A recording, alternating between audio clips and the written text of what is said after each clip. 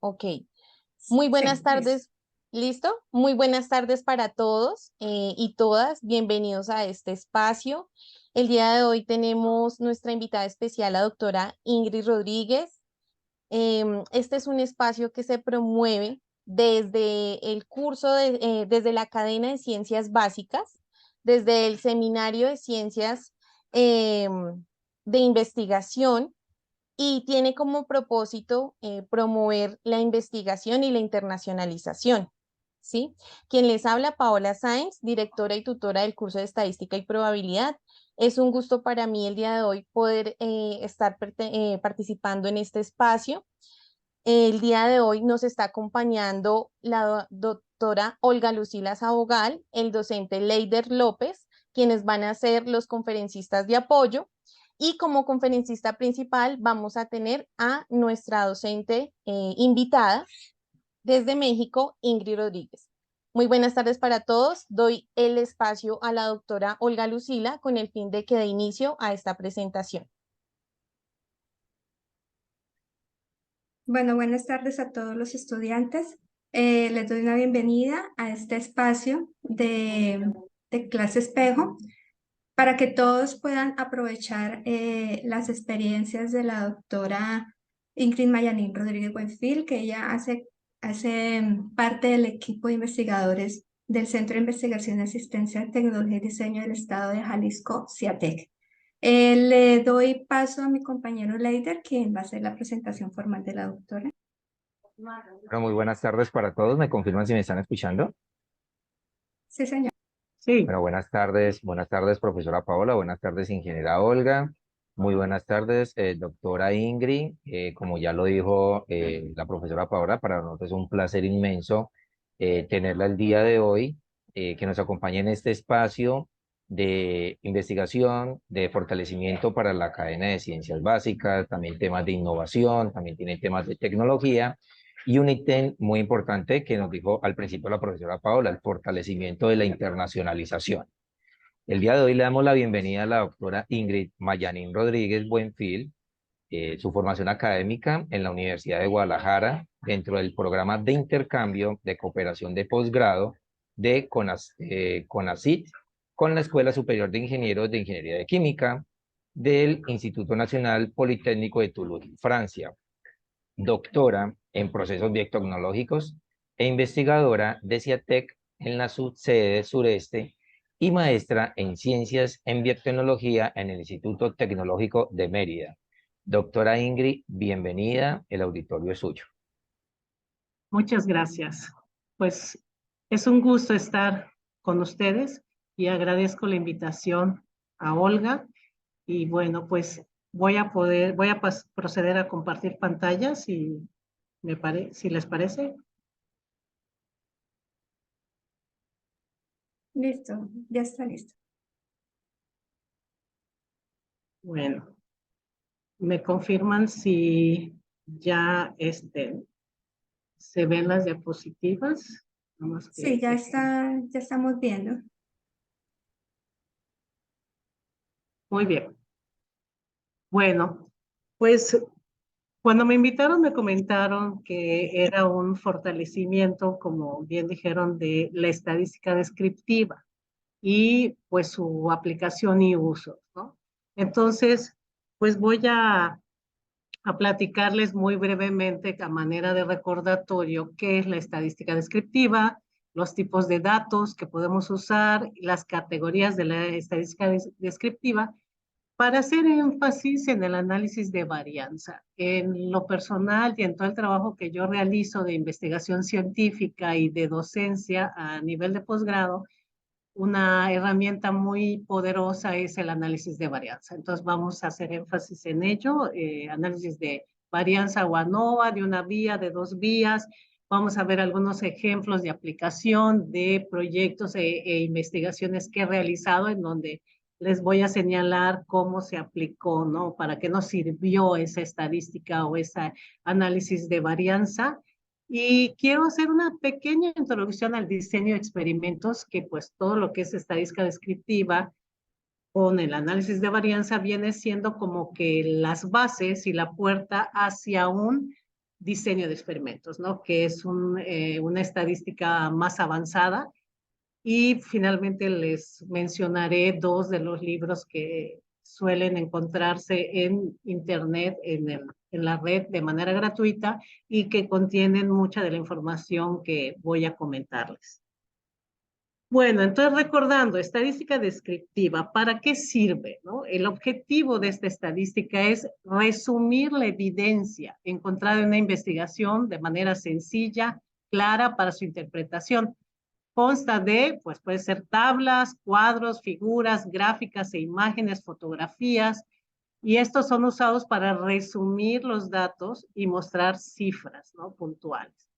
Entonces, ya sabemos que, bueno, pues la estadística es lo que aplicamos, ¿no? Cómo recolectar datos, interpretar estos datos y específicamente con la descriptiva, pues como el nombre lo dice, nos va a describir por medio de tablas, figuras, gráficas, esa evidencia que habemos recopilado, ¿no? Que puede ser de un simple conteo de alumnos en una escuela y cuántos hay o qué altura tienen o de qué color tienen los ojos, en fin, y con ellos vamos a poder analizar, ¿no? Primeramente quiero hacer el recordatorio de la diferencia entre los datos cualitativos y cuantitativos, ¿no? Los datos cualitativos, pues se refiere a las cualidades. Es una característica que no podemos cuantificar, ¿no? Podríamos simplemente decir ojos azules, ojos verdes o planta de la flor tal y otro nombre de flor, o sea, ahí no tenemos manera de cuantificarlo, ¿no? Simplemente es o un nombre o una característica. Y los datos cuantitativos, estos sí los podemos cuantificar, como dice el nombre, o sea, se refiere a la cantidad. Y ahí ya estaríamos hablando, si de altura, bueno, cuántos centímetros, ¿no? De cuántas personas pasaron una materia, pues ya hay un número, qué calificación obtuvieron y por el estilo, ¿no? Estos dos tipos de datos pueden ser analizados independientemente de esta característica por muchísimas de las herramientas estadísticas, ¿no? Incluyendo ANOVA y diseño de experimentos, que es lo que manejo yo más. No importa si el dato es cualitativo, si solo sé, por ejemplo, yo trabajo, entre otras cosas, con microorganismos. Entonces, si quiero probar cuál de esos microorganismos produce mejor una bebida alcohólica, ¿no? ¿Cuál produce más alcohol?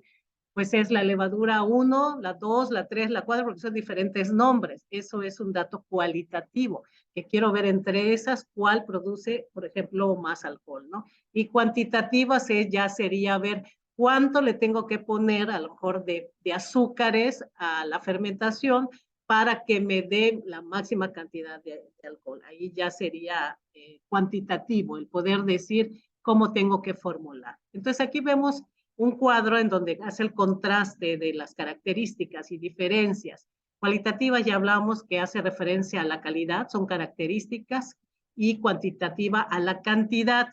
Está relacionada la cualitativa con atributos de las muestras, mientras que la cuantitativa pues no están sujetos a esa interpretación, o sea, son ya números que podemos medir, ¿no? O sea, la cualitativa no es medible, la cuantitativa es cuantificable. La cualitativa posee un enfoque subjetivo y la cuantitativa es un enfoque objetivo. Y bueno, ¿qué técnicas podemos usar para la cualitativa? Pues se usan mucho entrevistas, estudios de casos, el proceso de observación. Y para la cuantitativa, pues podemos usar estas técnicas de recolección de datos mediante pruebas probabilísticas, también entrevistas, encuestas y cuestionarios, pero cuando ya la pregunta va muy directa a obtener esa respuesta cuantificable. En cuanto a cuando se realiza investigación, ya sea de mercado, científica, cualquier tipo de investigación, también podemos clasificarla en investigación cualitativa y cuantitativa, ¿no? Aquí vemos en el cuadro igual las características en cada caso. En la cualitativa, en una investigación cualitativa, quiero descubrir ideas con objetos generales de investigación, objetivos generales de investigación. La cuantitativa, quiero probar hipótesis de preguntas de investigación. Vamos a ir hablando un poco más profundamente de esto conforme avancemos en esta clase.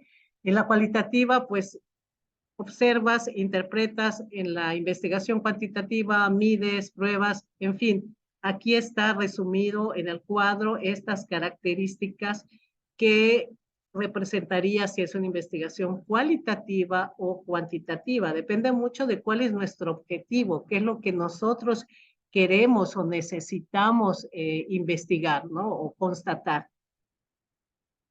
Entonces, dentro de esta estadística descriptiva, podemos encontrar tres categorías principales: la de distribución de frecuencias, las medidas de tendencia central y las medidas de variabilidad, que ahorita vamos a ir a ver cada una de ellas, ¿no?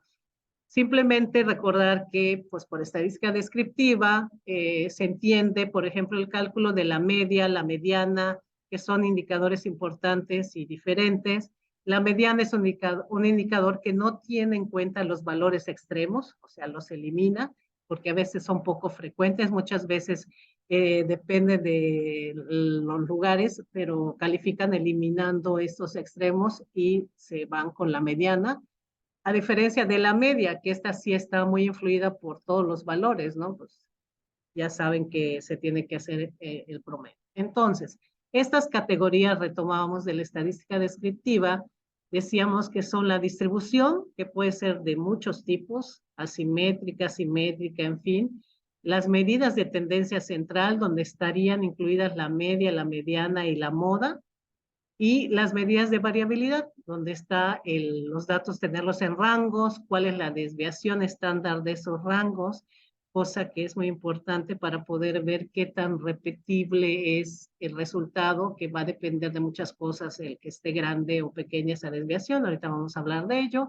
La varianza y el rango intercuartílico, ¿no? Entonces, vamos a ir entrando a cada una de estas categorías, empezando con la de la distribución, en donde, pues bueno, la distribución representa la frecuencia o el recuento de los diferentes resultados en un conjunto de datos o muestras. Esta distribución podría ser, por ejemplo, uniforme, si se ve que los valores son muy similares, o puede tener una distribución, todos los datos que recolectaste de manera normal, de una campana, o de manera exponencial. O sea, nos va a decir cómo se distribuye esa población que muestreaste, que podemos estar hablando de clientes, podemos estar hablando de plantas o de procesos de formulación de alimentos, de lo que quieran, porque sé que está muy mezcladas las diferentes carreras que están ahorita tomando la clase. Entonces, que hay tanto, por decir, de contabilidad como de ingeniería, no sé, en computación, en electrónica, de farmacia, en fin, pero pues cada quien en su campo puede tratar de buscar esos ejemplos de lo que estamos hablando. Entonces, los datos que estuve recopilando, normalmente primero vas a determinar qué necesitas contestarte, si tienes una pregunta o qué problema hay que quieres resolver. Y en base a eso vas a decidir, bueno, pues voy a tomar muestreos, ¿no? Datos de si quiero saber cómo está no sé, las calificaciones de los estudiantes de esta materia. Bueno, pues voy a ir viendo cuál es la calificación que van obteniendo en cada uno de los exámenes, y luego puedo ver en una gráfica cómo se distribuyen, ¿no? Simplemente me da esa información. Cómo está la distribución, si está parejo, el aprovechamiento o no está bien disparejo, hay unos que están en los extremos, otros muy altos, en fin. Esto es como lo más básico para interpretar datos, esta parte de la estadística descriptiva. La segunda característica o género, podríamos decir, es de las medidas de tendencia central, que aquí estaría la media, la mediana y la moda. Entonces aquí vemos la definición o sí, lo que significa la media es pues el promedio, ¿no? ¿Cómo lo obtenemos? Pues al sumar todos los datos y dividirlo entre el número de datos. Si vuelvo al ejemplo de la calificación, bueno, pues, sumo todas las calificaciones que sacaron los de la materia que estoy hablando y veo cuál fue el promedio de ese grupo. Entonces la media es, no sé, si es en base a 10, a lo mejor me dice la media es 8, 8.0. En el caso de la mediana es la nota de la posición central. Cuando haya un número par de datos hay dos notas centrales. ¿Cuál es el que se encuentra Por ejemplo, aquí vemos una serie de niños y se ve la edad 3, 5, 6, 8, 9 y hay varios de la misma edad. Entonces, ¿cómo calculo la media? Pues, no, pues la promedio y me da 7, la suma de todas las edades, que sería el promedio de todas ellas. Pero la mediana, pues, ¿cuál es la nota de la posición central si las ordeno de menor a mayor, cómo están? Pues si son 1, 2, 3, 4, 5, 6, 7, la mitad sería pues 3, ¿no? El cuarto, 8 años. Esa sería la mediana, ¿no? Y la moda es la que más se repite, que aquí vemos que se repite 9 años 3 veces. Entonces la moda en este grupo de niños es de 9 años. O sea, esta información depende de qué tipo de estudio quiero hacer. Puede ser muy útil o puede ser no tan útil, ¿no? Porque si mi objetivo es ir más allá, pues estas medidas se quedan muy básicas, pero es con lo que normalmente empiezan a analizarse los datos.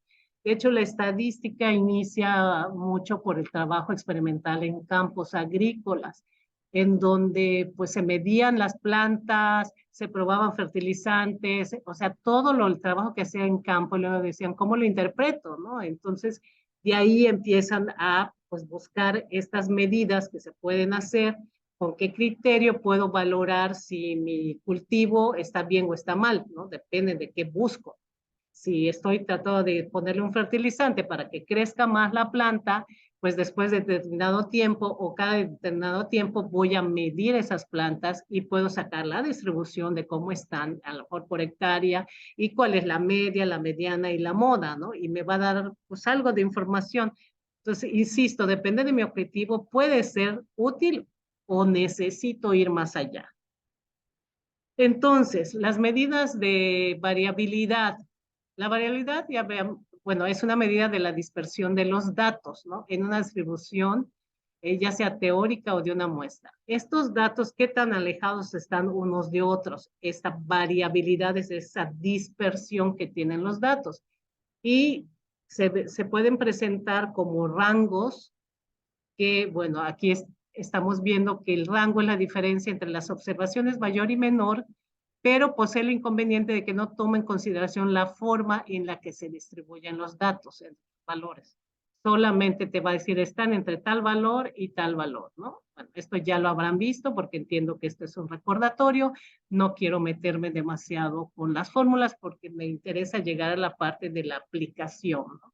Y bueno, desviación estándar, igualmente aquí está la fórmula y bueno, podemos ver si tengo varias repeticiones de una misma medición, o sea, haz de cuenta, medí la altura de la planta en el campo experimental que les decía y la mido pues 4 veces, 5 veces, cuántas plantas de ese campo voy a medir, ¿no? Son las repeticiones que yo tendría. Si el ejemplo es en una hectárea, quiero ver cómo está la altura, pues tengo que, para empezar, técnicas de muestreo y si uso la de estrella de puntas y el centro, cuántas plantas voy a muestrear y entonces de esos muestreos que están bajo las mismas condiciones, cuánto se desvían o se separan entre sí los datos.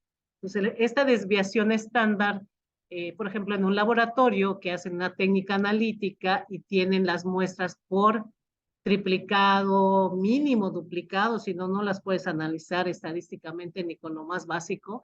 Depende del caso, puede ser que digas, bueno, hasta por 10 veces la misma muestra la voy a hacer.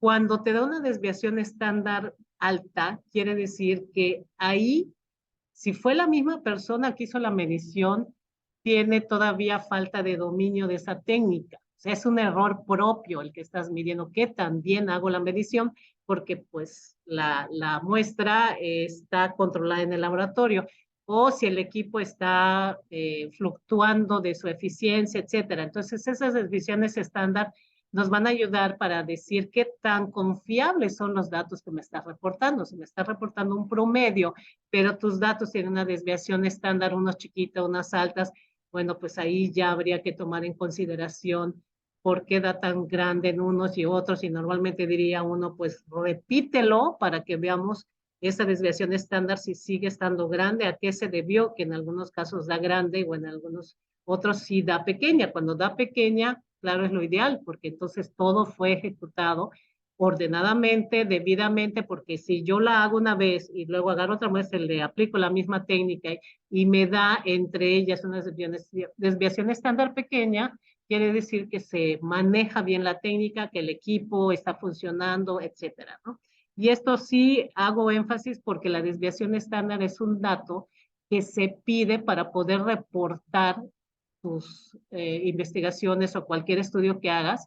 Si lo quieres, ya sea publicar, sea una tesis, sea un libro, un artículo científico, tiene que ir tus resultados con desviación estándar. Si no, no te los aceptan o no es adecuado que lo presentaras así, ¿no? Si hiciste una tabla sin desviación estándar y la metiste así a la tesis, bueno, pues sí, como que le hace falta la mínima estadística que sería poner la desviación estándar. Bueno, la varianza, que ya les he comentado que es fundamental y mencioné que lo que mide es la dispersión promedio en torno a la media, ¿no? Cómo fluctúan las observaciones. Y cuando entremos en ella vamos a ver que con esta varianza podemos determinar si realmente tiene efecto un factor que estoy moviendo en una situación, en un experimento, o no tiene efecto. Y si muevo más de un factor, cuál tiene efecto, si tiene efecto los dos, y si hay un efecto de interacción, etcétera, ¿no? Para mí es de las más útiles la varianza, ¿no? De hecho, sinceramente yo no uso las demás ya en la vida cotidiana de un investigador o no sé, en el caso de los contadores, a lo mejor, pues ahí tienen que ver desviaciones estándar y rangos y demás, pero bueno. Y lo de los cuartiles, ¿no? El rango intercuartil. Entonces, es una medida de variabilidad que se basa en la división de un conjunto de datos en cuartiles. Aquí vemos la figurita, en donde, pues en conjunto me van a expresar pues, esos datos, cómo se distribuyen.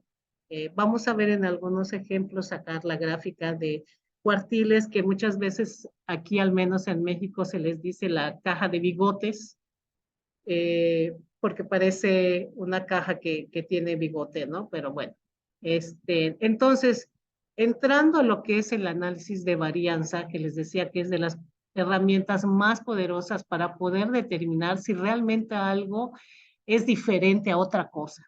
Porque yo puedo decir, no, pues las plantitas, esta midió 45.2 centímetros y la otra midió 44 centímetros. No, pues sí son diferentes, ¿no? A simple vista diría, pues la de 44 es menor que la de 45, pero estadísticamente realmente son diferentes. Para eso nos sirve la estadística, para poder dar un respaldo a las afirmaciones que yo haga.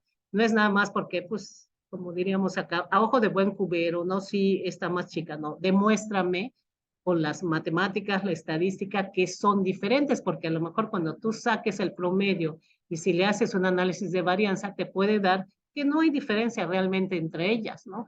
Si ese error estándar llega a traslapar los valores promedio de esas dos determinaciones, pues vas a concluir que realmente no son diferentes. Y ahí ya puedes tomar decisiones de, bueno, si no son realmente diferentes, si tenía yo dos tratamientos que le aplicaba a esas plantas, pues cuál tratamiento me conviene, pues a lo mejor yo me iría por el que esté más barato, ¿no? Por el que sea más rápido la aplicación, etcétera. O sea, ese tipo de decisiones son las que nos va a ayudar el poder aplicar la estadística, y específicamente el análisis de varianza es de las que más se usa. Incluso a nivel de diseño de experimentos, se basa muchísimo en los puros análisis de varianza para ir más adelante, ¿no? Entonces, vamos a platicar de estas variables que intervienen en un proceso, ¿no? Podemos ver en este esquema, en el cuadro central, que ahí tenemos un proceso. Imagínense cada quien lo que quiera. Puede ser a lo mejor una auditoría, puede ser la fabricación de un alimento, puede ser la fabricación de una pieza electrónica que va a ir luego a algún equipo, etcétera. Es un proceso en el cual hay una entrada y una salida. En la entrada están, pues, por ejemplo, la materia prima, todos los componentes que necesito para fabricarse, por ejemplo, del alimento, ¿no? Un alimento, voy a sacar un alimento funcional, que son estos alimentos que además de que te nutren, te ayudan a prevenir enfermedades y que tiene ya pues como casi 10 años la tendencia mundial hacia que los alimentos sean funcionales y seguirá esa tendencia, ¿no? Entonces, ¿qué le voy a poner? Ya habrán visto anuncios de, pues mínimo pan enriquecido con fibra, o ya te dicen tal compuesto enriquecido, digo, tal producto, una mermelada enriquecida con antioxidantes. ¿Qué son los antioxidantes? Pues son compuestos que te ayudan a prevenir los famosos radicales libres que capta el cuerpo con el sol y que me pueden provocar cáncer, entre otras cosas, ¿no? Entonces, ya pueden haber visto en el mercado esa tendencia a que los productos tengan compuestos, ¿no? Entonces, si tomamos como ejemplo eso, aquí estaríamos, ¿qué le estoy adicionando a ese producto que va a salir como funcional? Y también podría ser los proveedores, ¿no?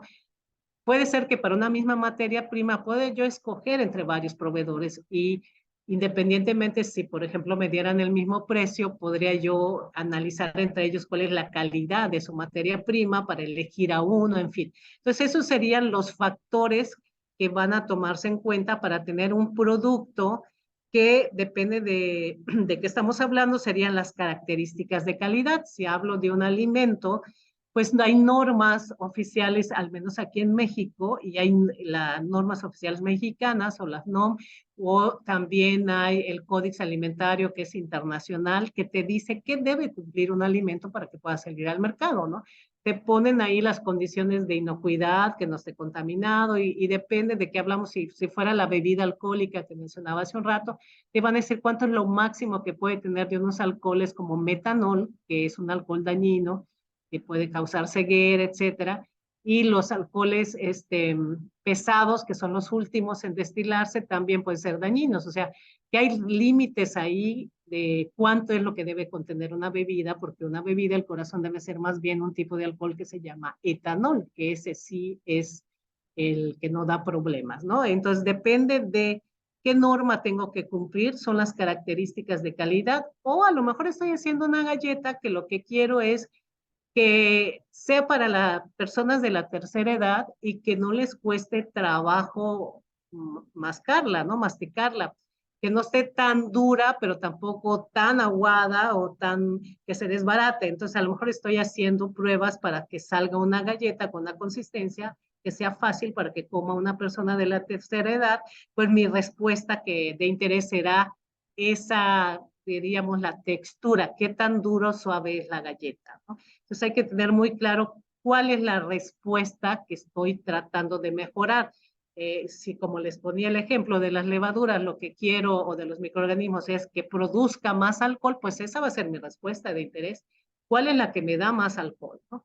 Bueno, entonces tenemos factores controlables como estos que acabo de mencionar. Yo puedo decidir cuánto le pongo, si le pongo o no lo pongo, pero también hay otros factores que serían no controlables. Siempre hay factores no controlables que en un momento dado pueden ser que no influyan en la respuesta o que influyan muy poco, como decir, pues el medio ambiente, ¿no? El clima, bueno, hay, depende de cada proceso, puede ser que el clima o la temperatura se influya mucho y que ahí pues ya se tenga que ver si es un proceso que requiere estar dentro de cierta temperatura, pues que si tiene clima artificial, aire acondicionado, en fin, pero puede ser que el aire, la humedad del aire, bueno, la humedad del aire que está circulando, pues no la puedo controlar, entonces es un factor no controlable que pudiera influir en mi respuesta. Entonces, resumiendo, ¿cuáles son las variables que tengo que tener claro qué son y qué representan para poder hacerle el análisis de varianza o un estadístico? La variable de respuesta es la característica o propiedad del producto cuyo valor me interesa mejorar. Eso es importantísimo tenerlo claro, porque de repente nosotros aquí damos servicios no solamente de análisis, sino también de proyectos para empresas.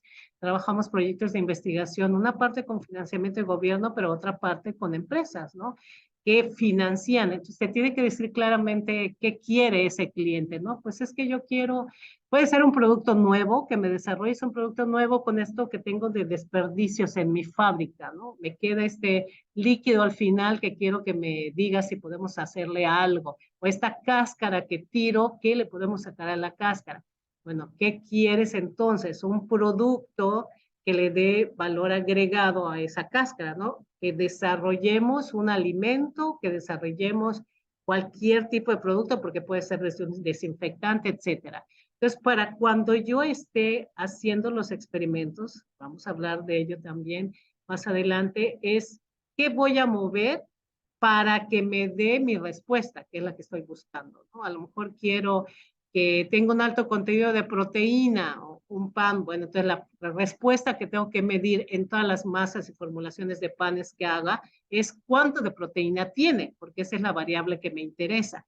Ahora, los factores controlables serán esas variables del proceso que sí están en mi posibilidad de manejar, ¿no? Se pueden controlar. Muchas veces son los factores que usualmente se suelen eh, controlar durante una operación normal del proceso, ¿no?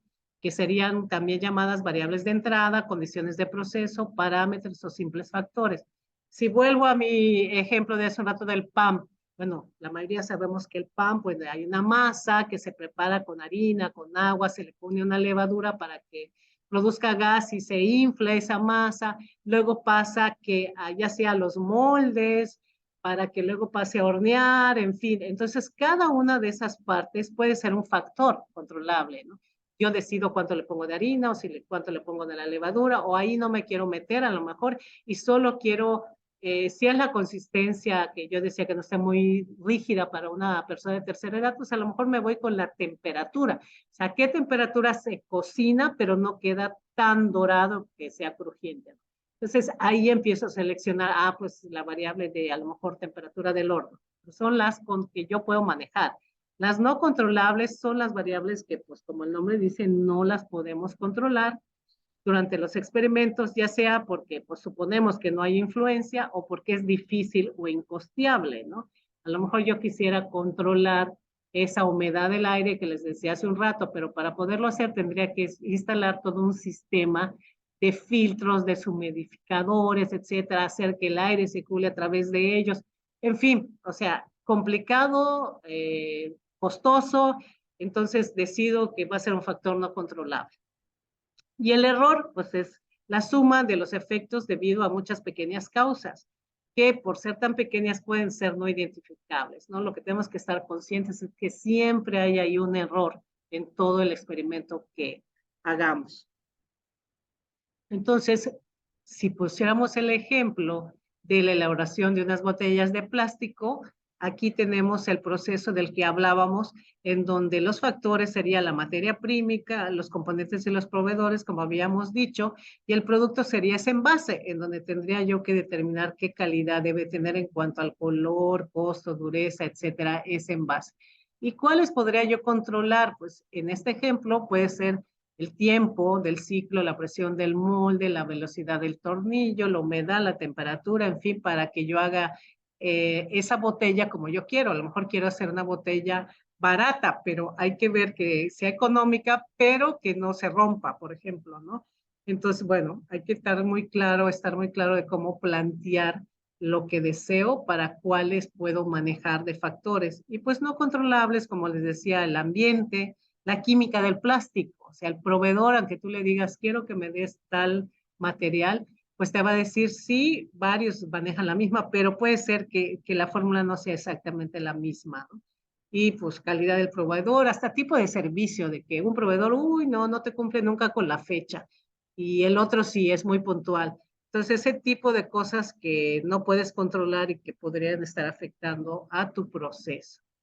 ¿Para qué nos sirve todo esto? Bueno, entre las aplicaciones, primero que nada, como les dije, es tener muy claro cuál es el objetivo del experimento. ¿Para qué quiero hacer esas pruebas? ¿Para qué quiero a lo mejor ver el estado financiero y las entradas y salidas de dinero de un negocio? ¿Cuál es el objetivo de eso? A lo mejor ver si es sana la economía o a lo mejor quiero saber en promedio cuánto gasta un cliente en una tienda, quién es el cliente que me compra más, o quiero saber cómo elaborar una galleta para personas de tercera edad, como decía yo hace un rato, ¿no? Entonces, primero, claro el objetivo, porque de eso se va a depender el que yo seleccione qué factores debo de medir. tanto los que puedo controlar como los que no. O sea, los factores independientes son esos factores que yo puedo controlar y los dependientes o la Y es la respuesta que va a depender de esos factores, ¿no? Entonces, ¿y cómo, para qué me va a servir? Porque con esto puedo comparar, ¿no? Dos o más tratamientos, del tratamiento que quieras, de fabricación, de servicio, vas a comparar dos o más cosas, ¿no? Estudiar los efectos de estos factores sobre la variable de respuesta, porque podría ser que yo crea que sí afecta la temperatura del horno en la galleta y luego ya que hago los experimentos resulta que no es tan importante esa temperatura.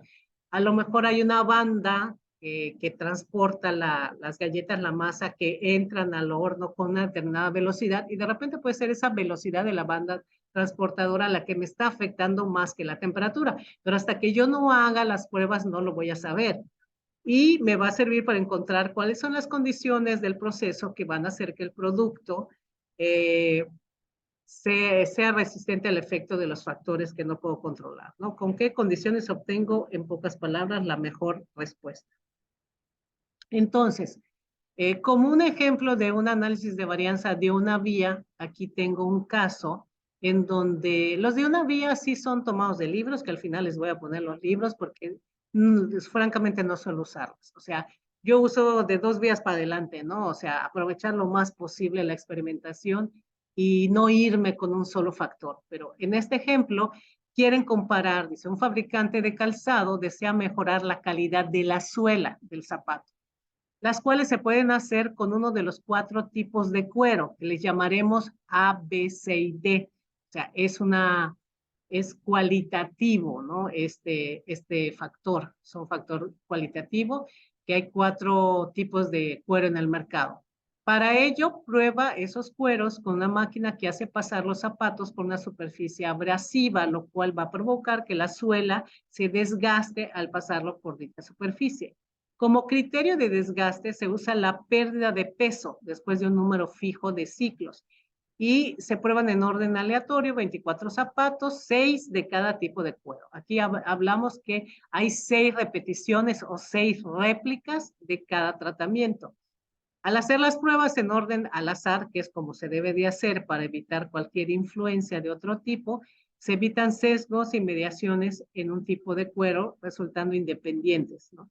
Entonces, los datos en miligramo, acuérdense, es desgaste de la suela de los zapatos. Entonces, ellos midieron el desgaste en miligramos sobre, depende de cada tipo de cuero, y es la tabla que viene acá. Ok, les comento, es muy importante, cuando yo doy clase, por ejemplo, siempre les digo, lean bien el problema. Es también analicen bien la situación. No es nada más voy a aplicar unas fórmulas y yo. Tienes que entender cuál es el objetivo de aplicarle ese análisis de varianza. Como aquí está diciendo, son 4 tipos de cuero. Quiero ver con cuál de esos 4 tipos me desgasta menos los zapatos, porque así voy a tener unos zapatos de mayor calidad. Ya será otro asunto el que ya después yo analice si el cuero que me sale mejor, pues es más caro y si me conviene o no me conviene, pero por lo pronto el ejercicio es cuál de 4 tipos de cuero, ¿no? Es como cuando les dije, bueno, ¿cuál de 4 levaduras me produce mejor alcohol? Es de una vía porque solamente hay un factor que vamos a analizar si está afectando o influyendo sobre qué. Hay que identificar cuál es la respuesta. La respuesta que me interesa es el desgaste de los zapatos, que está expresado en miligramos. Y aquí vemos en la tabla que son 4 tipos de cuero, A, B, C, D, y dijimos que habían ¿cuántas réplicas? Pues hay por cada réplica 6, ¿no? Aquí vemos 1, 2, 3, 4, 5, 6 números que corresponden al tratamiento A, 6 para B, 6 para T. Fueron 6 réplicas que se hicieron para cada zapato con el tipo de cuero, ¿no? Y bueno, en esta tabla vemos el promedio del desgaste y con el promedio, pues así a simple vista diríamos, pues el que se desgasta más es el C, solamente tomando el promedio. Por eso les decía, la descriptiva es muy básica, como para nada más darte una idea de qué pasa allá, pero es necesario muchas veces llegar más a profundidad y poder demostrar realmente si este es el que se desgasta más, qué diferencia hay entre cada uno de ellos qué desviación estándar hay, etcétera. Entonces, si aplicamos el análisis de varianza, ya habrán visto las fórmulas para poderlo calcular a mano, y la realidad es que pues ya nadie creo lo hacemos a mano, todos usamos paquetes computacionales, pero sin embargo aquí están las fórmulas de cómo sacar la suma de cuadrados de cada tratamiento, y te va dando la sumatoria de cada observación al cuadrado, entre el número de réplicas, en fin. Todo esto viene en la literatura, hay libros que lo explican, incluso en los que les voy a dar de referencia al final. Y lo importante, tienen que tener claro, hay que plantear una hipótesis. O sea, no es nada más, hay este ejercicio, hay que hacer análisis de varianza. Y se ponen ahí con la calculadora a sacar los números y al final me dicen, pues dio esto de P o de la F de tablas cuando es a mano, ¿no? La F de tablas contra la F que yo calculé, cuánto da y qué significa. Primeramente se tienen que acostumbrar, hay que plantear una hipótesis. ¿Qué es lo que yo estoy suponiendo que voy a obtener de resultado? Normalmente hay la hipótesis nula, que es esta H0, que como el nombre dice, va a negar o nulificar que hubiera efecto. Va a decir que cada uno de los tratamientos, la media es igual, la media del tratamiento 1 es igual al 2, que todos son iguales, o en otras palabras, que no hay diferencia por los tratamientos, por eso se llama hipótesis nula. Ahora, ¿cuál sería la alternativa? Que si yo rechazo la nula, pues es la que voy a aceptar, que sí hay diferencia, que la media del tratamiento 1 sí es diferente al tratamiento 2, etcétera. No puede ser que todos entre sí sean diferentes, o que algunos sean similares y otros diferentes. Vamos a entrar ahí cuando vemos ya los rangos múltiples, ¿no? De ver entre ellos cuáles son diferentes. Porque con uno que sea muy diferente, en promedio te va a salir que hay diferencia, pero realmente de esos 4, ¿cuál es el diferente? ¿No? Bueno, entonces estas son las fórmulas si yo lo fuera a hacer a mano, y haciéndolo ya en el software, lo que tenemos es el valor de la P, que es más directo, aunque bueno, aquí también como ejemplo te pone la F calculada que da cuando uno lo hace a mano. ¿Y cuál es el criterio que debe de uno tener bien presente y que es muy común que se empiezan a hacer pelotas, a confundir? Yo les digo casi tatúenselo en la memoria, que si la P que tú obtienes es menor de 0.05, si estamos hablando de un 95% de confianza estadística, sería 0.05. Entonces, si es menor la P de 0.05, se rechaza H0. O sea, significa que sí existe una diferencia significativa, en este caso, en el desgaste de las suelas de los zapatos debido a los diferentes tipos de cuero. Si la P que me calcula el software es mayor de 0.05, por lo tanto, esto va a decir que no hay diferencia significativa en el desgaste de las suelas de los zapatos debido a los diferentes tipos de cuero. Si yo me lo eché a mano y tengo una F calculada contra la F de tablas, pues sería que si la F calculada es mayor que la F de tablas, se rechaza H. Ahora, es importante que pongan atención en qué significa, porque no solo es, se rechaza H0. Bueno, ¿y eso qué? O sea, si solo ese rechaza H0, no me estás dando la interpretación completa. Por eso aquí puse todo. Eso significa que sí existe una diferencia significativa en qué, en la respuesta. En este caso la respuesta era el desgaste, ¿no? Sí existe diferencia en el desgaste de las suelas. ¿Debido a quién? Pues al factor que provee, debido a los diferentes tipos de cuero, ¿no? Esa es la manera correcta en la que se debe de poner o decir, interpretar. No solamente se rechaza H0, sino decir claramente qué significa. Bueno, como les decía, normalmente ya la mayoría no lo hacemos a mano, a lo mejor por tarea, a veces sí en la materia yo también lo hago, pido que primero lo aprendan a hacer a mano, porque les digo, no es un curso de computación, ¿verdad? Pero bueno, también para facilitar ya después el avanzar rápido en análisis más complejos, pues ya usamos los software. Hay muchos software, yo solo pongo como ejemplo aquí Minitab, Excel. En lo personal y aquí en el Centro de Investigación usamos StatGraphics. Este es un programa que lo pueden bajar por un mes gratuito y sí, después se bloquea, hay que comprar las licencias.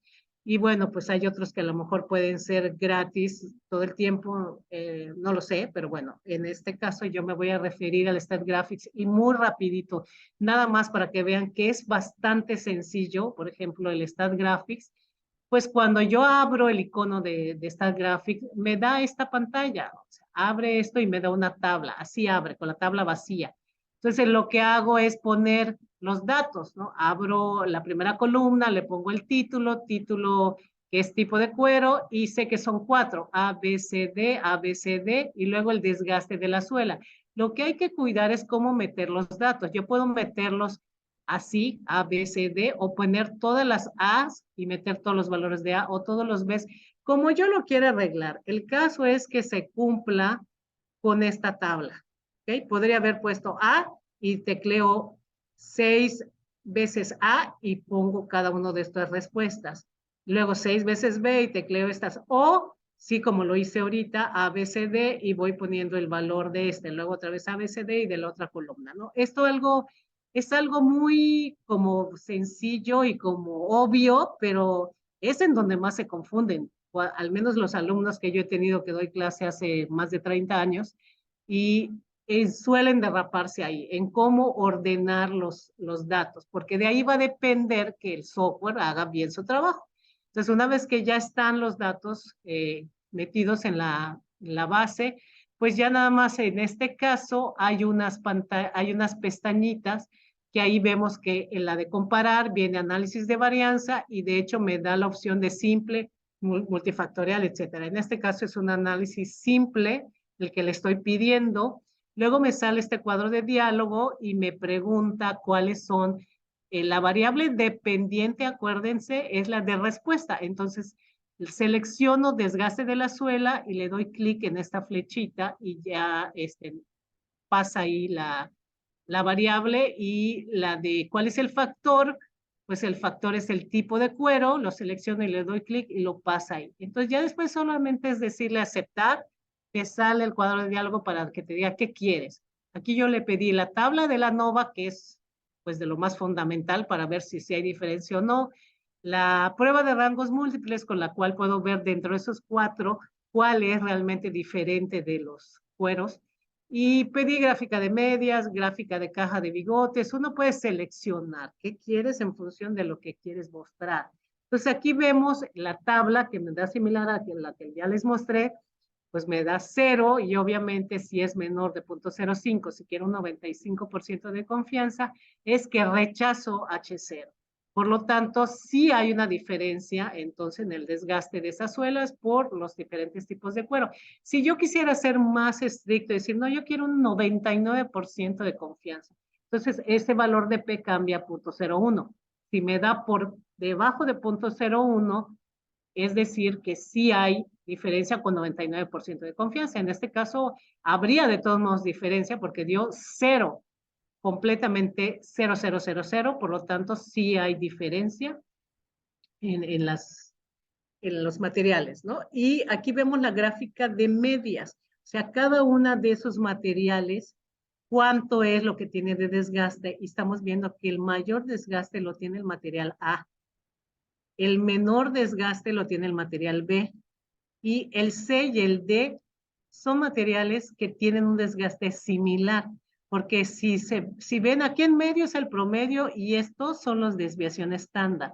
Si yo comparo estos dos, se traslapa el valor de D con su desviación estándar. Desviación estándar quiere decir que si, por ejemplo, es 0.1 la desviación estándar, 0.1 más menos, ¿no?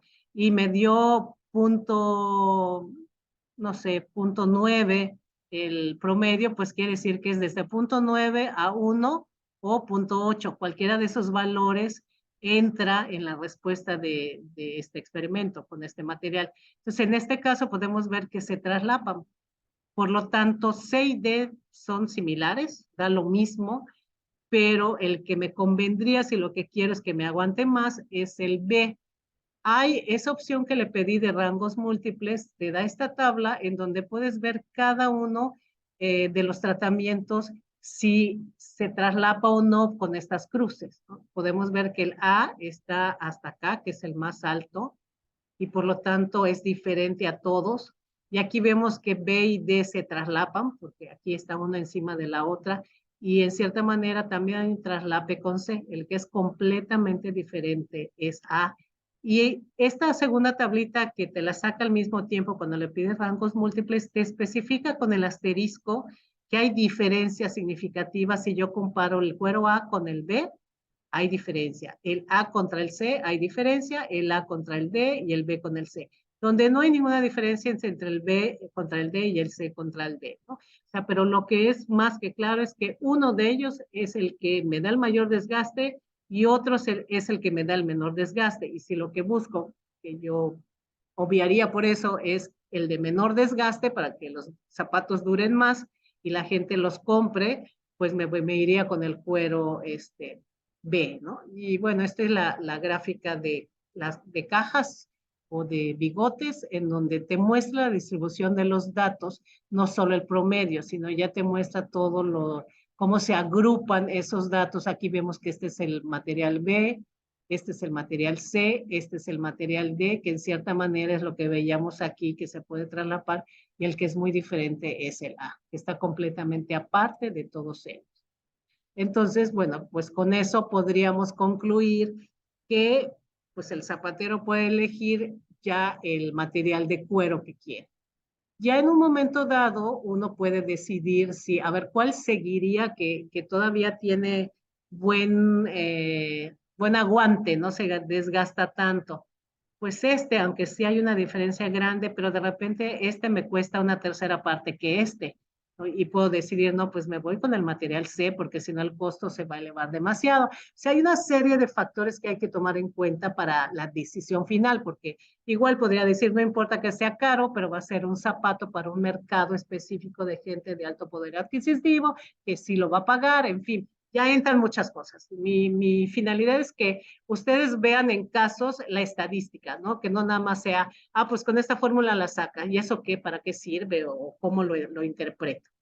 Entonces, bueno, estoy viendo que yo me puedo hablar horas y ya están muy encima. Me voy a brincar. Este es otro ejemplo, que igualmente eran métodos de ensamble, 4 métodos de ensamble, y que igual hubo diferencia, pero aunque aquí da 0.018, aquí con 95% de confianza todavía hay diferencia. Ahora, si yo dijera con un 99%, a lo mejor ya no habría que delimitar, ¿no? Bueno, me voy a brincar a ejemplos ya específicos de investigaciones que yo he hecho en donde les digo mínimo usamos de 2 factores en adelante. Entre las cosas que yo trabajo está el producto el cultivo del chile habanero, que es representativo de México, específicamente la península de Yucatán, donde está el laboratorio donde trabajo, y evaluamos esta capacidad antioxidante que ya les comentaba que captura los radicales libres, que te ayuda a que no te dé cáncer en piel, entre otras cosas, ayudan a la circulación, en fin, y los polifenoles totales que también tienen un efecto muy importante en el cuerpo para esa capacidad antioxidante para ayudar a determinadas cosas, ¿no? Son moléculas químicas que en el caso de mi grupo, pues es lo que me ha estado interesando trabajar de unos años de atrás para acá. Entonces, en este caso, queríamos ver cómo está ese contenido de polifenoles y capacidad antioxidante en subproductos.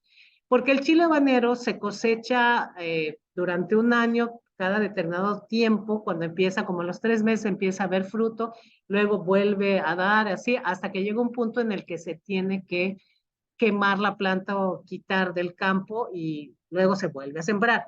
Entonces, durante todo el proceso se van cortando hojas para dejar que la planta pueda crecer bien y al final pues te queda todo que se tira, el tallo, las hojas, y queríamos aprovechar esos subproductos, ¿no? El objetivo era, en este caso, en este trabajo, ¿cuál proceso de extracción? ¿De qué manera puedo extraer de esos compuestos estos compuestos, ¿no? De esos subproductos? Entonces, definir cuál es el proceso de extracción y el subproducto. O sea, son 2 factores o 2 vías porque quiero ver cuál proceso con cuál subproducto. ¿Cuál tiene más? El tallo, la hoja, el pedúnculo, es el que viene en el fruto, lo que lo une a la planta, ¿no? Esta partecita que por acá se ve.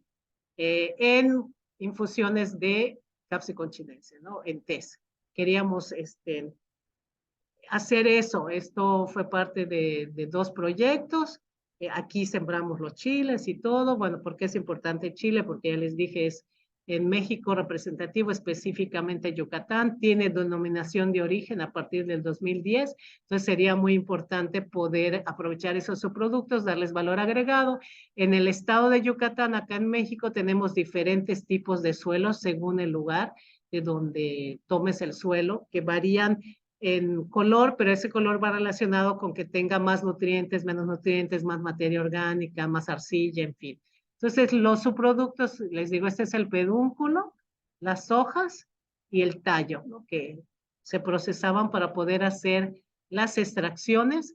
Aquí está la tabla de los 5 procesos de extracción. Entonces, voy a hacer una nova de 2 vías para ver qué proceso de extracción me conviene para tener cuál es la respuesta. Aquí tengo 2 respuestas que me interesan: capacidad antioxidante y polifenoles totales. Entonces tengo que hacer estos procesos y tomar muestra para analizar una respuesta, el mismo tratamiento, analizo la otra respuesta y puedo tener todas las respuestas que yo quiera para analizar, pero se hacen por separado, ¿no? Cada análisis es para una respuesta, cada nova será en función de una de esas respuestas. Pues bueno, aquí vienen qué condiciones son cada uno de estos procesos, pero hablemos que son 5 procesos de extracción. Y bueno, esta es la técnica, es una técnica colorimétrica, desarrolla color, la medimos con un equipo, la otra igual con otros reactivos, medimos qué tanto absorbe la luz. Y aquí vemos la gráfica en donde se muestra el contenido de polifenoles, esos compuestos totales, en hoja de un tipo de tierra negra, siempre hoja de otro tipo, ¿no? De tierra roja. Luego está el pedúnculo en las 2 rojas y el tallo. De antemano con esta gráfica ya me da información. Los tallos son los que menos tienen polifenoles, ¿no? No tienen estos compuestos. Las que más tienen son las hojas. Ellos tienen la mayor cantidad de polifenoles. Y aquí vemos los 5 tratamientos en cuanto a esos polifenoles. Y bueno, aquí estoy viendo que hay 2 tratamientos que parece que son los mejores porque pues no se ve mucha diferencia. Pero ahorita vamos a hacer el ANOVA y pues podría estar entre el proceso 1 y el amarillo, que es el proceso 2, creo es este, ¿no? Porque veo aquí 2 amarillos, pero bueno. Ahorita con el ANOVA vamos a ver. Entonces, esta es la tabla de datos. Cuando ya tienes el objetivo, te pones a muestrear, ¿no? Empezamos a agarrar las hojas de chile que estaba sembrando en una tierra, en otra, y hicimos las extracciones con los diferentes métodos. Pues aquí tenemos los resultados de esos polifenoles, de esa actividad antioxidante, haciendo los análisis de varianza. Aquí no tengo la tabla para cada uno, pues por resumir, tengo que en todos los casos hay diferencia significativa porque me está dando 0 por debajo de 0.05, o sea, rechazo hipótesis nula, y por lo tanto, si hay un efecto en este caso, está indicada en la tabla que es la respuesta que analizo, actividad antioxidante. Si hay un efecto por el tipo de subproducto, hay un efecto por el proceso de extracción en los polifenoles y en la actividad antioxidante, y hay una interacción, porque puede ser que alguno de manera individual no tenga efecto en la respuesta, pero ya junto con el otro hacen como un efecto de sinergia, de interacción, y pues sí hay interacción. Cuando hay un efecto de interacción, se prioriza por encima de los individuales. O sea, si ya vi que hay interacción, no me interesa ver las gráficas de medias, cuál es la media para la respuesta de cada cosa, no, ya me tengo que ir a la gráfica de interacción. Y bueno, cuál con cuál es diferente, como les decía, las de rangos múltiples. Esta es la gráfica de interacción, en donde aquí puedo ver cuáles son los procesos en las líneas de diferente color de extracción usados contra, en el eje X, cuáles son los subproductos que fui probando. Entonces, de antemano, si quiero la máxima cantidad de polifenoles, pues aquí estoy viendo esta, en la línea rosada, es el proceso 2, con hoja, es la que me está dando mayor cantidad. Y ¿qué tan diferente es? Se traslapa con la verde, que es el proceso 4, siempre con hoja. Y de ahí en fuera, pues va bajando, y como decíamos, el tallo es el que menos actividad tiene. Pero es una combinación de con qué proceso extraigo y qué materia prima es, ¿no? Si es una hoja o si es el tallo, etcétera. Por eso hablamos de la interacción y que eso es lo que hay que interpretar. No puedo decir nada más el mejor tratamiento es tal y el subproducto tal, ¿no? Si la NOVA determinó que hay interacción, tengo que mostrar la gráfica de interacción y interpretar cuáles serían las mejores condiciones para obtener alto contenido de polifenoles.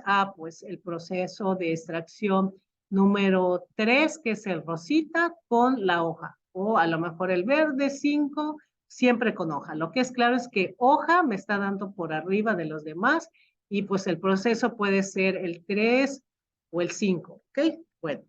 Y luego la otra respuesta es lo mismo, ver la actividad antioxidante, me la voy a llevar rápido, igual los 5 procesos de extracción y nuevamente la gráfica de interacción en donde podemos sacar que para esta respuesta el mayor valor lo obtengo con el tratamiento 4 y con la hoja. ¿Se acuerdan que en el anterior era 3 o 4? Entonces a lo mejor puedo decidir, bueno, pues el 4 porque así me da la más alta actividad antioxidante y la más alta del otro, ¿no? Entonces todo esto es lo que pues se interpreta. Entonces, pues ahí ya se concluye esto, ¿no? Que las hojas fueron los subproductos con mayor contenido de estos compuestos, polifenoles, actividad antioxidante. Las infusiones con subproductos a partir de plantas del suelo negro fueron donde se obtuvieron los valores más altos. O sea que conviene sembrar el chile en esa tierra si lo que me interesa son los polifenoles. El proceso de extracción número 3, que era maceración a 100 grados por 15 minutos, es el con que obtengo las infusiones con más alto de contenido de polifenoles. Y para la actividad antioxidante, el más alto contenido se obtuvo con la extracción del proceso 4, que era microondas con 30 segundos, ¿no? Este es un caso concreto en el que usamos la estadística para poder determinar, ¿no? Y como ese tenemos muchísimo trabajo realizado. Bueno, en mi caso tengo más de 80 proyectos dirigidos y 200 y tantas publicaciones, en fin. O sea, hay muchísimo que he aplicado, que me consta de los beneficios de usar la estadística. Este es un artículo que publicamos de nuestro trabajo. El objetivo principal era investigar el efecto del suelo en el perfil y concentración de polifenoles y actividad antioxidante. Estos compuestos que les digo que están como de moda, por así decir, porque la tendencia es a podérselos meter a otros productos para hacerlos funcionales, o que, por ejemplo, el chile se valore sin que solo sea por lo picante, ¿no? Por eso el chile es más que un picante, contiene compuestos que pueden ayudar a tu salud y por eso trabajamos con esto.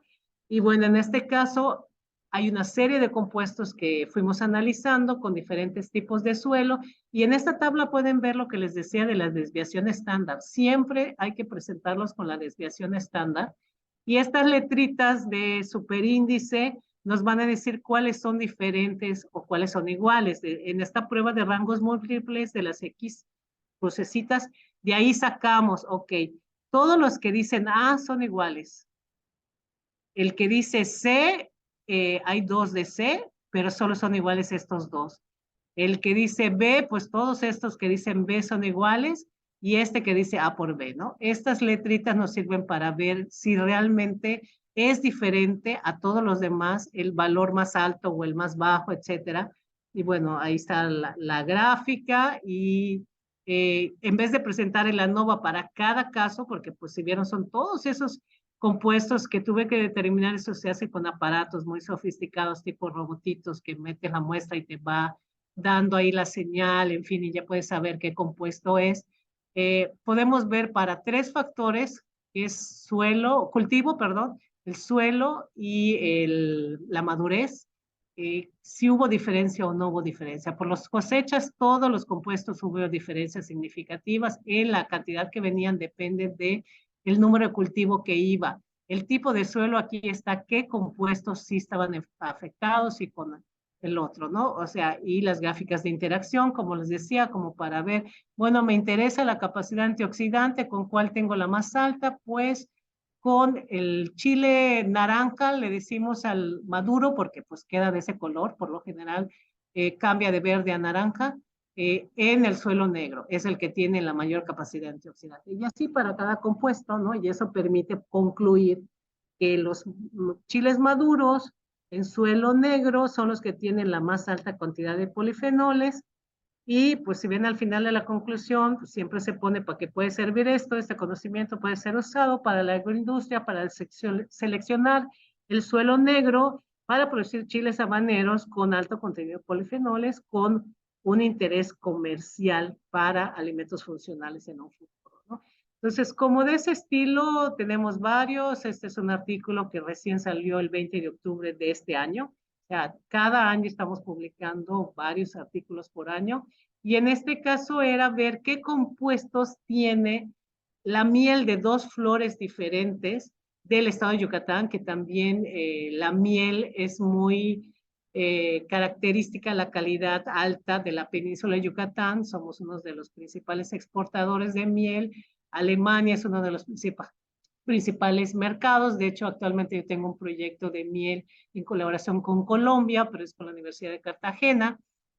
Y bueno, en este artículo explicamos los experimentos que hicimos para ver qué metabolitos hay en las dos flores, escogimos que son las más características de la península, y sus mieles, y si había diferencia porque vienen de esta flor, vienen de esta flor o vienen de lugares diferentes. Este es México, aquí está la península donde está Mérida y la sede donde estoy, y en este territorio de Yucatán pues escogieron dos lugares, Acanque y Tatsiu, para ir a cosechar tanto la flor como la miel. Se buscaba los apicultores en la zona y se muestreaba de su miel y de la flor alrededor. Y aquí vemos la tabla en donde están las diferentes flores. Su nombre común es Javín y Sicilché. Y de dónde venían Tatsiu o Acanque, y si era flor o si era miel. Y las respuestas nuevamente eran polifenoles, capacidad antioxidante. Entonces, si no quiero presentar la tabla, o la opción que tengo a presentar la tabla de la ANOVA es estas gráficas que se llaman gráficas de Pareto, en donde me muestra esta línea en donde a partir de aquí ya hay significancia. Como en todos los casos la rebasa, hay un efecto significativo por el origen geográfico, hay un efecto de la interacción de A por B, y B es el origen botánico. O sea, sí hay diferencia en la composición de estos metabolitos por la flor, por de dónde viene. Igualmente aquí vemos en el caso de la otra respuesta, ¿no? Entonces, todo eso está explicado así a fondo en el artículo. Las gráficas de interacción, en donde podemos ver, bueno, en dónde es que tengo la más alta contenido de polifenoles totales. Y finalmente, bueno, nada más los grupos de metabolitos que encontramos, que bueno, no es el caso de esta clase, por eso no me lo voy a saltar. Pero bueno, ahí ya se puede concluir que sí hay un efecto del origen geográfico, de dónde viene, aunque sea la misma flor de Javín, pero si viene de Acanque o viene de Tatsiu, me da diferente la actividad antioxidante. Y también hay diferencia entre la actividad antioxidante de la flor y la miel, claro. La miel, que pasa por todo un proceso en la abeja, una vez que agarra el néctar de la flor, tiene menos compuestos que la flor. Y con este tipo de análisis estadístico podemos poder concluir tipos de este estilo y decir, bueno, pues la flor que da una miel de mayor calidad es Javín, y en Acanque es donde se obtiene mejor resultado. Porque cada lugar va a variar por su clima, por el tipo de suelo que hay en cada lugar, en fin, ¿no? Para eso nos sirve toda la estadística, y ya muy rápidamente, ya estoy terminando, vamos a entrar a lo que es el diseño de experimentos, que todo lo que vimos son las bases para poder realmente diseñar los experimentos adecuadamente. ¿Qué es diseñar un experimento?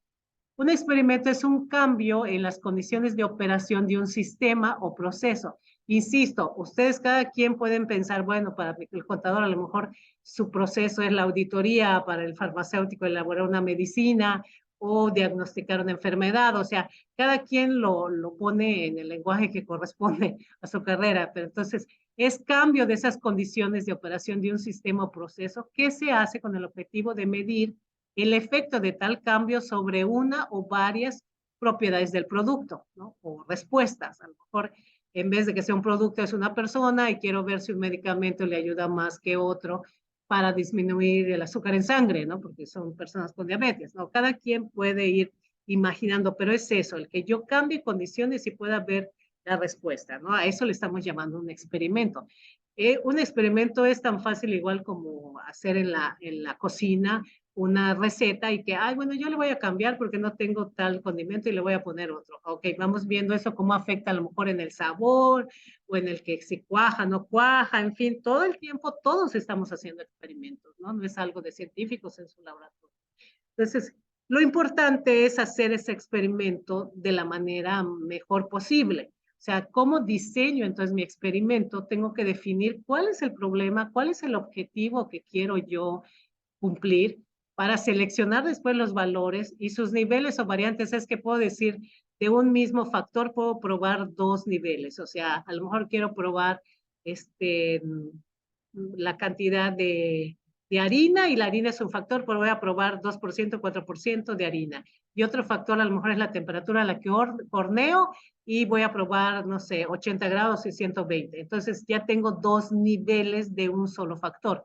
Ahí ya esto es con diseño de experimentos, que como vieron en lo que les comenté de las publicaciones, había niveles, en las tablitas había un -1, +1, que son los códigos. Pues definir cuál es la variable de respuesta, realmente qué es lo que importa. A ver, he visto muchas veces en los experimentos o tesis que de repente están midiendo algo que no es lo que está afectado por lo que están moviendo de factores. ¿Por qué estás midiendo esto? No, pues es que era lo que yo tenía el aparato para medir o no tenía el reactivo. Pues sí, pero aunque eso sea fácil de medir, es lo que realmente interesa medir según el objetivo, ¿no? Elegir el diseño experimental, realizar el experimento, el análisis estadístico y ya con esto puedes dar conclusiones y recomendaciones. Ahora, el uso de estas técnicas estadísticas, tenemos que tener cuidado, aguas con, número uno, usar conocimiento no estadístico. Esto depende de mi experimento, puede ser, porque las matemáticas son frías, puede ser que me diga a más temperatura la levadura o el microorganismo va a crecer mejor y por lo tanto va a dar más alcohol. Y matemáticamente me va a decir, pues aumentale y aumentale y aumentale, pero pues la levadura es un ser vivo. Va a haber un momento en el que aunque el diseño y la predicción, porque se usa mucho las predicciones, ¿no? El modelaje, y dices, bueno, es que si yo le sigo aumentando, me debe dar más, sí, pero ¿hasta cuánto soporta ese microorganismo y se va a morir? Entonces hay que tomar en cuenta eso, ¿no? De que te diga, no, pues ponlo más ácido, mientras más ácido, te va a dar más de lo que quieres. Sí, pero aguanta esa acidez, no sé, la persona que va a tomar ese medicamento. Hay que usar ese conocimiento que no está relacionado con las matemáticas para poder interpretar, bueno, que aquí me diga que yo le aumente, yo sé que la levadura crece hasta, depende del tipo de levadura, puede ser que crezca hasta 40 grados. De ahí para arriba ya no crece, ¿no? El segundo es mantener el diseño y el análisis tan simple como sea posible. O sea, a veces dicen, es que quiero probar tal cosa y enumeran como 6 factores. Hay que seleccionar en base a la bibliografía, hay que leer qué se ha publicado, qué se sabe sobre lo que quieres estudiar, para ver cuáles son los que tienen mayor importancia. Y si no se sabe, cuando no se sabe, es cuando es un tema nuevo, cuando casi nadie ha trabajado en ello, pues puedes hacer, dentro del diseño experimental hay unos diseños factoriales fraccionados en donde solo escoges primero determinados factores y vas viendo si tienen efecto, ¿no? En fin, pero eso ya es más allá, ¿no? No es el tema, pero el caso es que tratar de hacerlo simple, ¿no? De realmente cuál es lo que crees que puede afectar y o lo que tú puedes manipular. A lo mejor es lo único que yo puedo mover porque pues el equipo tiene una temperatura fija, digamos, de las galletas. Entonces yo solo puedo moverle qué cantidad de harina le pongo de otros compuestos. Luego, tener presente la diferencia entre significación práctica y significación estadística. El que diga es estadísticamente significativo, como la de los cueros que les decía, ¿no? Pues sí, porque este desgasta mucho menos que el otro. Estadísticamente me dice que no son iguales, hay una gran diferencia en sus promedios, etcétera. Pero, ¿cuál es la significación práctica? Más o menos les comentaba. Bueno, es que no puedo comprar ese material. Aunque sea el mejor, ya vi que el presupuesto para esos zapatos no soportaría ese material. Entonces, ¿cuál es el que sería el que sigue? Entonces, a lo mejor la diferencia significativa práctica va a ser otro material. A eso voy con diferencia entre práctica y estadística. O a veces se dice, la mejor temperatura, sobre todo cuando hace una optimización, que bueno, eso ya es el top de lo que es diseño de experimentos, te dice, la temperatura debe ser 24.5, la óptima, para que obtengas lo más alto posible de la respuesta que buscas. Pero pues mi horno a lo mejor o mi máquina no llega a 24.5, solo llega a 20. Entonces tengo que ver la significancia práctica. ¿Okay? A 20, ¿cuánto me daría? Y voy a usar 20, ¿no? Eso, a eso se refiere, a tener claro esos 3 puntos. Y bueno, ¿para qué nos va a servir o puede servir? Para desarrollar cualquier tipo de productos, resolver problemas, encontrar con qué condiciones puedo llegar al producto que quiero o cómo modifico mi proceso para mejorar unos resultados. Puedo elegir entre proveedores, materias primas, etcétera, y puedo estudiar la relación entre los diferentes factores, ¿no? Porque de repente va a salir que de los que yo pensaba, a lo mejor 3, uno no tiene efecto. Y como definición, nada más termino con esto, el diseño de experimentos consiste en planear, y la palabra clave es planear. Antes de que te metas a hacer las pruebas, y no hablo solo de laboratorio, a lo mejor estás queriendo hacer pruebas, no sé, con tu máquina, con tu bicicleta fija, a ver cuánto resisto, en fin, planea, a ver cuántas velocidades puede tener, cuánto tiempo puedo poner, o sea, planear el conjunto de experimentos de tal manera que los datos generados puedan analizarse estadísticamente para obtener conclusiones válidas y objetivas acerca del sistema. Porque, ¿qué pasaba en esta época agrícola que les decía? Pues ahí cosechaban, medían, iban con, a ver, ¿quién es el que sabe matemáticas? ¿Quién es el estadístico? Toma, aquí está mi bonche de datos, sus cerros, porque antes todo era en papel. Y a ver qué haces con ello, cómo lo interpretamos. Pues no, aquí hay que saber cómo vas a manejar el estadística, qué quieres buscar, para qué método estadístico te va a servir. Por ejemplo, lo tan simple como una ANOVA, ¿no? Si sé que le quiero hacer un análisis de varianza, mínimo tengo que usar réplicas, porque si no, si hay una sola determinación, no voy a poder hacerle la ANOVA, ¿no? Entonces, por eso hay que tomar en cuenta qué análisis le pienso hacer al final para que yo planee cómo tengo que hacer los experimentos. Y bueno, pues la experimentación por medio de diseño, pues nos hace que nos ahorremos dinero porque normalmente es costosa cada vez que corres el experimento. Los resultados en los análisis te va a permitir dar conclusiones pues más robustas y por lo tanto puedes elegir adecuadamente, ¿no? Qué metodologías vas a usar. Y en general se aplica el diseño de experimentos en sistemas donde existe una o varias variables de respuesta, o Y, cuyo valor depende de una o más variables independientes o X, ¿no? Controlables, que son a los que llamamos factores. Y ya este es el último ejemplo en donde sí hago énfasis a que aquí ya es un diseño de experimentos, aunque se manejan ANOVAs, pero bueno, dijimos, se desea investigar el efecto de un tipo de suspensión, que le vamos a llamar a ese factor A, como que sean fórmulas diferentes de una suspensión. Luego el factor B va a ser la abertura de una malla, de un equipo, y el factor C va a ser la temperatura de ciclaje en el volumen de sedimentación. Esa es la respuesta. Quiero ver qué tanto sedimenta una suspensión. Para ello se decide correr un experimento factorial, bueno, con 6 réplicas, etc. Aquí vemos los 3 factores A, B y C, pero como ya tienen niveles, por eso codificadamente se le pone como -1, +1 a cada uno de ellos. Y de esta manera pruebas una serie de combinaciones que te va a llevar más directo a una respuesta para poder concluir si afecta o no afecta y cuáles son las mejores condiciones.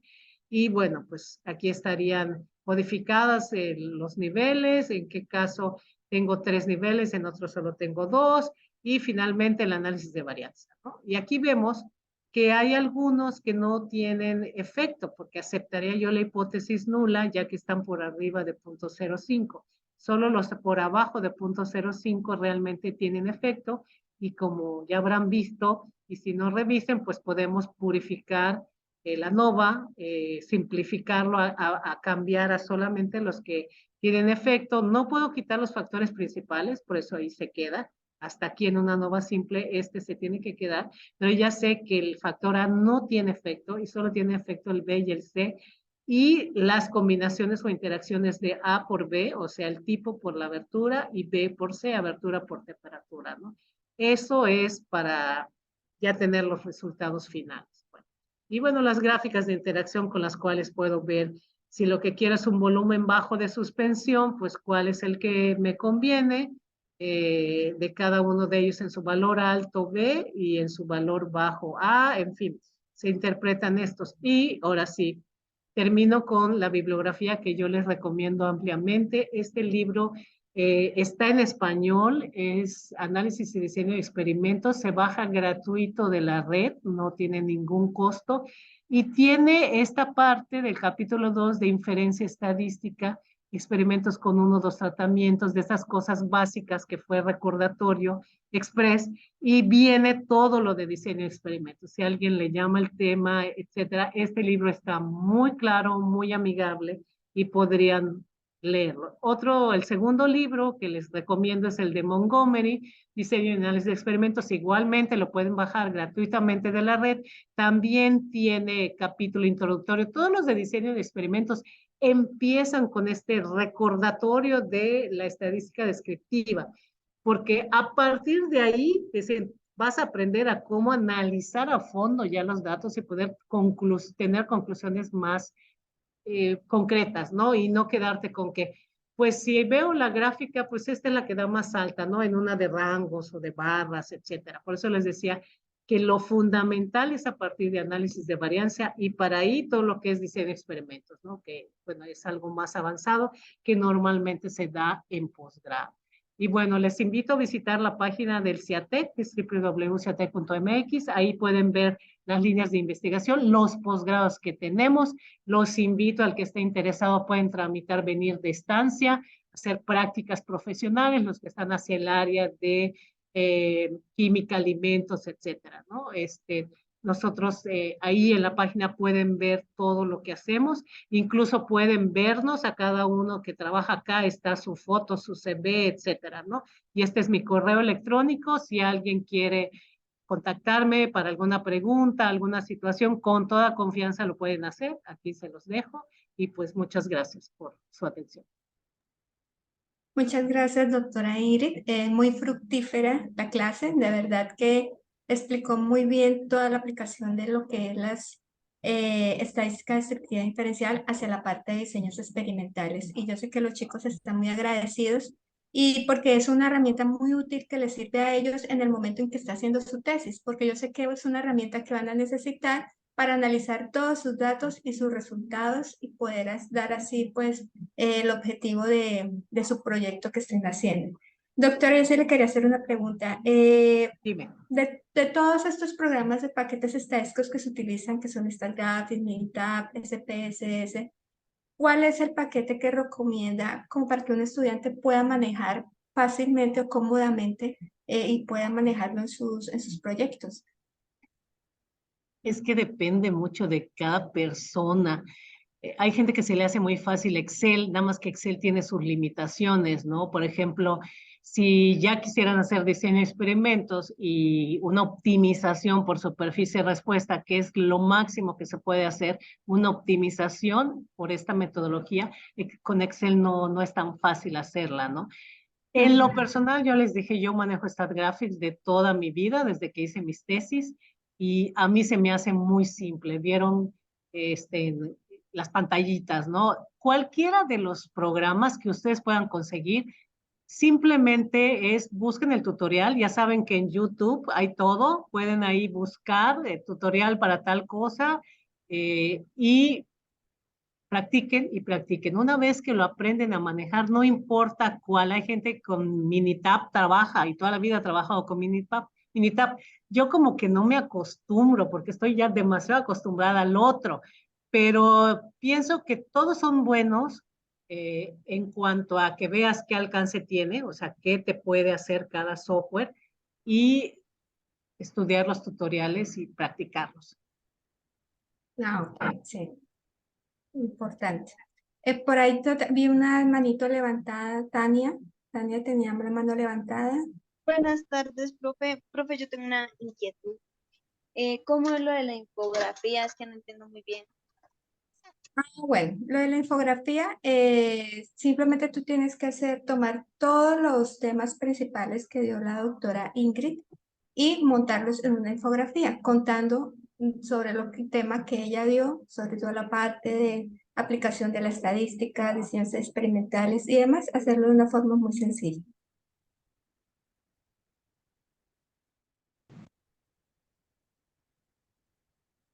Bueno, listo, doctora Ingrid, pues no, muy agradecidos todos. Aquí están diciendo que muchas gracias por esta conferencia, la valiosa información.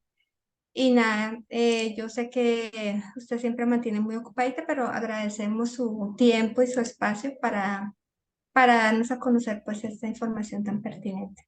Entonces, muchas gracias, doctora Ingrid. Gracias a ti por la invitación, fue un gusto y realmente les vuelvo a decir, contáctenme al correo con toda confianza, no les dé pena porque yo sé, yo he sido estudiante y a veces decía, ay, es que yo quisiera preguntarle o decirle y no, pues me da pena, no, sí les puedo decir que contesto mis correos, a lo mejor no de inmediato, pero siempre los contesto, ¿no? Así que con toda confianza pregunten lo que quieran que crean que yo les puedo ayudar. Bueno, Raquel, Sofía tiene una pregunta sobre el tema de la clase hoy. Sí, buenas noches.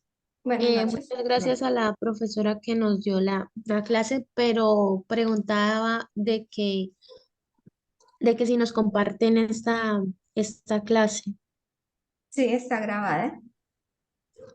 pero la comparten, o sea, ¿cuándo la subirían la grabación? Apenas la suban a la nube y la puedan descargar, se las estaremos compartiendo. La directora se las estará compartiendo a su enlace de curso. Ah, bueno, muchas gracias. ¿Listo?